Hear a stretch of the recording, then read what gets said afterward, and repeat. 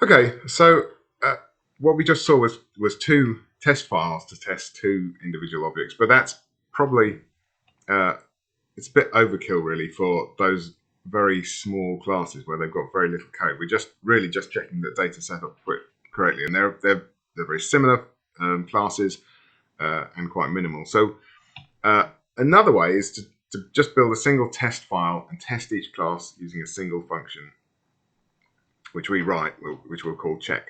So and we can use, if you remember, we got this has attribute function that's built into Python, which will check if an object's got a particular attribute. So we don't even need to know what type of object we're testing. We don't need to know whether it's a student, staff, or person, or user. We can detect that by using has attribute, and then we can build this into a single function called check. You call that function whatever you want. It doesn't have to be checked, but don't start with the name test, because otherwise PyTest will try and run it. Okay, so here's what I mean by that. So here's the code that tests all those classes. This is a new version. So this is UniAppo 6. So it's in a new folder. Let's just find it. That was UniAppo 5 we were looking at just now. Here's UniAppo 6. So we've got all the code that we're used to having. So all this is the same as previously. We've just, in this new version, we've got test classes, which is this code that checks all of the different classes. So when PyTest runs on this file, it looks for anything starting with test underscore or ending with underscore test, and it finds test classes. So that's why I say don't name that function, the one that I've called check. Don't name that test, because otherwise PyTest will try and run that directly. So what do we do? I create these four different users. They've all got a dummy name, they've got a dummy ID, and if they're staff, they're a lecturer, and if they're a student, they've just got BSc as their program. So I know what data to expect inside each object. I put them on in a list, and then I look through that list, and I check that user is doing what I expect it to, is storing the information that I expect it to. Okay, so we use this check function on each object, and here's the check function. So as you saw, each of those users has the name, dummy name. So that's what thing we'll check first of all. Some of them, but not the person type objects, have the ID, and then if they're student or staff, they'll have either lecturer or BSc. So we first of all assert that the name is dummy name. Then if that object has a user ID attribute, we check that that's set to ID 001. If it's got a job attribute, then it must be a staff object, so we check that the job is lecturer. And if it's got a program attribute, then it's a student, so we check that the program object is BSc. So those are just the values that I've set up here. Okay, so you could set them to whatever you want, but obviously whatever you set up here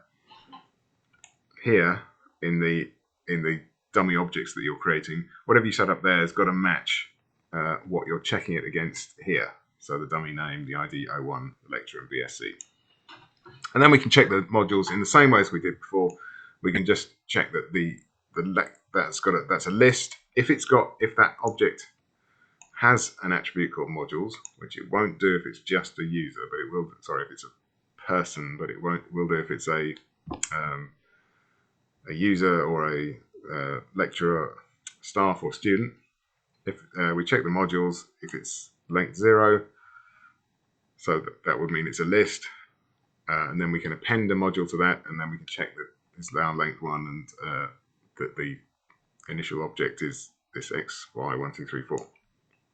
So what you'll see is this doesn't have to be real data that we're putting in these objects. We're just checking that whatever the data we're putting in the object is, it matches what we think it's going to be. Okay, and then hopefully you should get 4 messages from this, because we've got 4 users we're testing. And we're using has attributes to check which user has which attribute, and then we print out we print out whether it's passed. And that now, this is now very useful, this user.class.name, because it's telling us what object is being tested at the time. So when you run it, that's the output you should get. Something like this: tested person, tested user, tested staff, tested student. If we run it here, I'll get something slightly different because there seems to be a slightly different version of PyTest.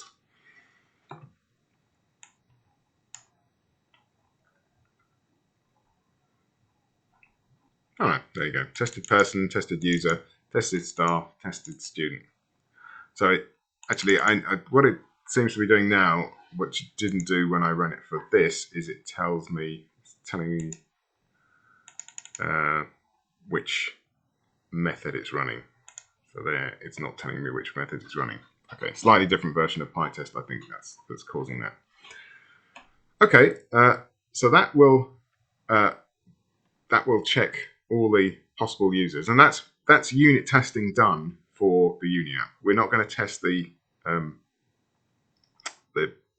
code, the GUI code.